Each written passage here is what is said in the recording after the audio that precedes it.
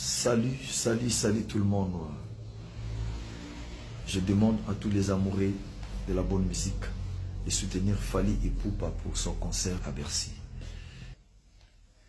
Et à tous les Werasoniques, je vous demanderai d'être présents en ces grands rendez-vous.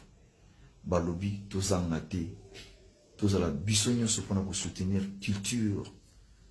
Parce que culture na biso, il fait qu'il y ait des liboso, il fait son mandenge zanaki. Ma frère nanga, au bozana poto partout. Et là, nous sommes des bandes de la souka. Singa famille et bendanaka, mais katanakate. C'est-à-dire, to chanase. To comprendre que tous on a besoin de culture et mataliboso. Alors, nous singa, nos frères nanga tout au bozana poto ba diaspora. Rendez-vous na bino ils en a Bercy.